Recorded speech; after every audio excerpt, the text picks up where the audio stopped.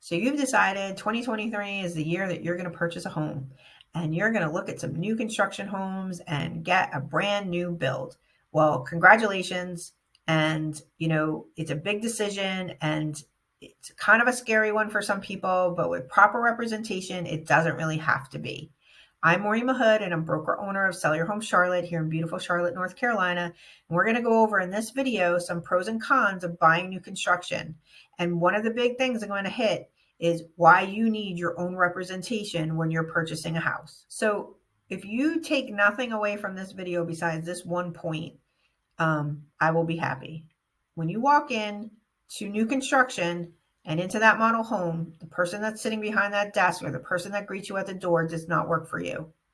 They work for the builder. Their only job is to get the best deal for the builder. They do not have to tell you anything that is not in the builder's best interest. They can't lie to you, but they work for the builder.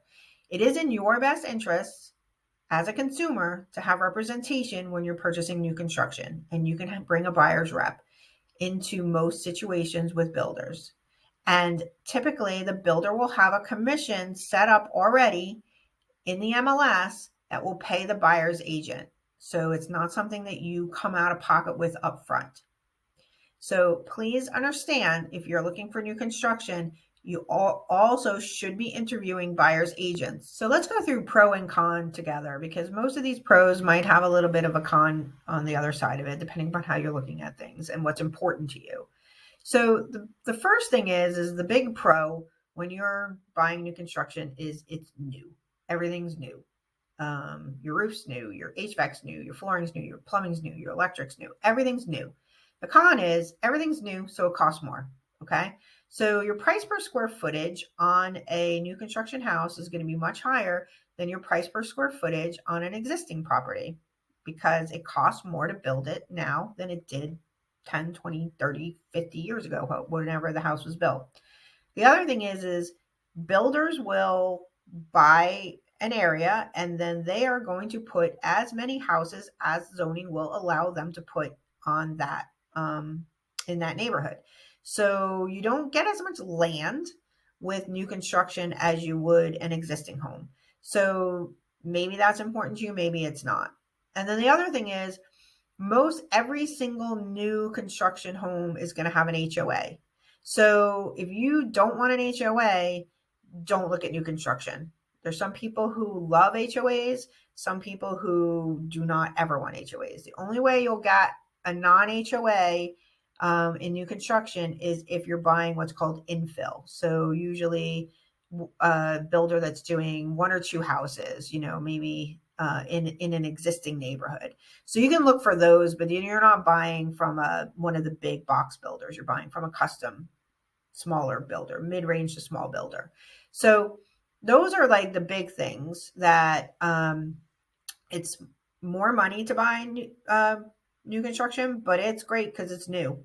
You're not going to get as much land, but that's okay because you're going to get the HOA that you wanted. So, and everything's going to be new, and everybody should be taking care of their properties according to the HOA. Okay, so let's talk about the contract that the builder will have you sign, because it is not a standard offer to purchase that we use for North Carolina. It is actually an attorney written contract for most builders anyway, that is written in their favor. And the big thing in it, there's milestones in it that we just need to be aware of.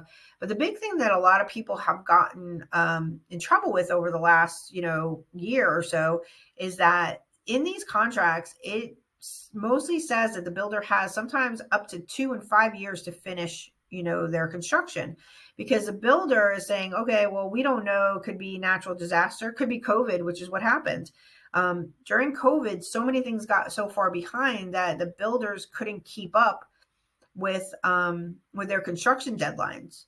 So it's not like that they want to stall it. They're not trying to stall it. But, if you can't get your gas run because Piedmont's behind, and you can't get your electric run because Duke's behind, and you can't get your city water sewer because the county's behind, then it makes all of your construction just go slower. And as a buyer, you don't really have any control over that. And you sign a contract to say you're going to give them this amount of time. So if you cancel because maybe your interest rate went up and you couldn't afford the house, like what happened to a bunch of people in the last year, then the builder can keep your deposit. So we just need to keep that in consideration. And this is why I think if you're looking now for new construction, focus on what's already built from the people who have canceled, because these builders are doing concessions and they're negotiating these properties because they need to get them off their books. So builder contracts is something that you need to keep in your head when you're looking for new construction, and your buyer's agent should understand, at least at a level of contracts, how they work and what the milestones are and how to keep you in line with that. So another big pro for a lot of people when they're buying new construction is going to be the financing.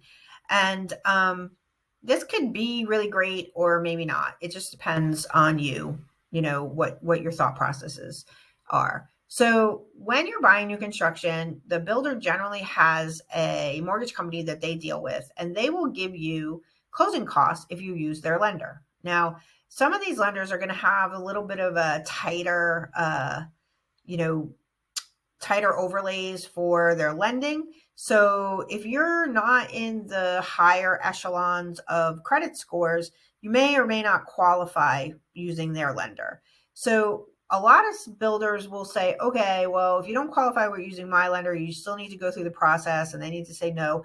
But then you can go over to this your lender, and as long as you've been declined with us and you've done a good faith effort, then we'll let you use your lender and we'll still give you the closing costs. So you can't come in with a lender up front and say, hey, I'm going to use these people, give me all the money. You could say it, but they could say no, basically. So the other thing is that they are also going to use their own attorney, and they're going to want you to use the attorney. Otherwise, they're not going to pay for your closing costs. So 9.5 times out of 10 is okay, right? But there's every once in a while where you hit a snag and you need your own attorney when you're buying a house.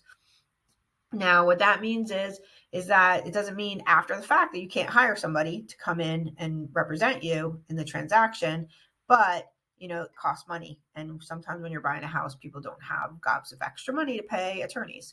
So, that's a pro and a con all in itself. Coming to the table with little to no money is usually a big pro, and people will just take the hit on the lender and the attorney and just, go through it.